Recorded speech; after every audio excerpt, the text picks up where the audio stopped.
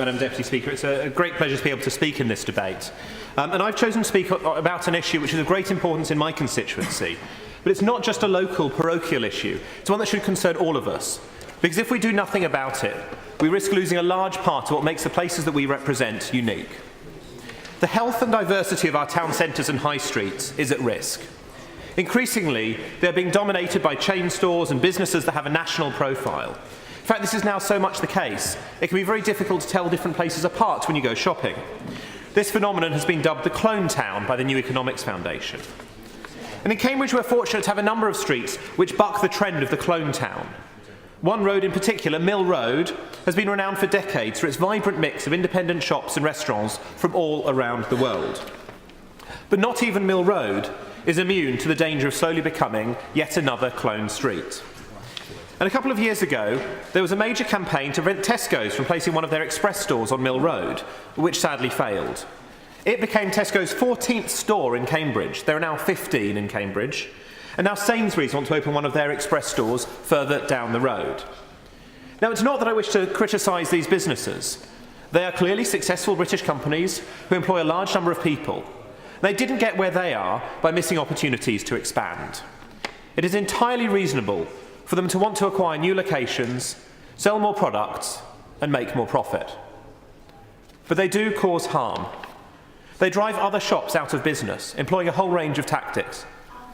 I could just help the honourable gentleman. The clock is not ticking down. When he resumes his speech, will he use 2 minutes, and that will mean that he's had his 4, without my intervention being counted, of course. Thank you. I will do my best to comply. Thank you. They drive other shops out of business, and we do need to have some tools available to limit the excessive growth of such chain stores. Local people should be able to find an appropriate balance between the convenience of the familiar and the excitement of the eclectic.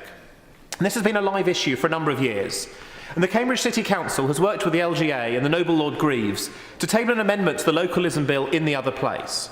This amendment, 153AKC, according to their rather opaque numbering and lettering system, has become known as the Cambridge Amendment because of the key work played by Sian Reid, leader of Cambridge City Council.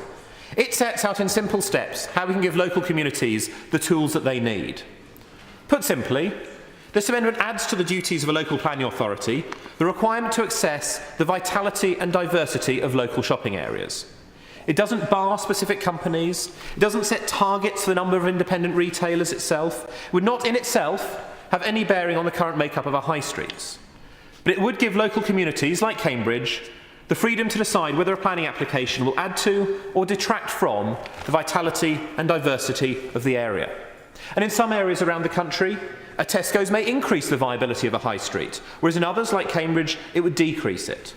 Communities will get the decision that they want. It was clear in the debate on the amendment in the other place that many people shared the concerns I've set out. The question is what can or should be done about it.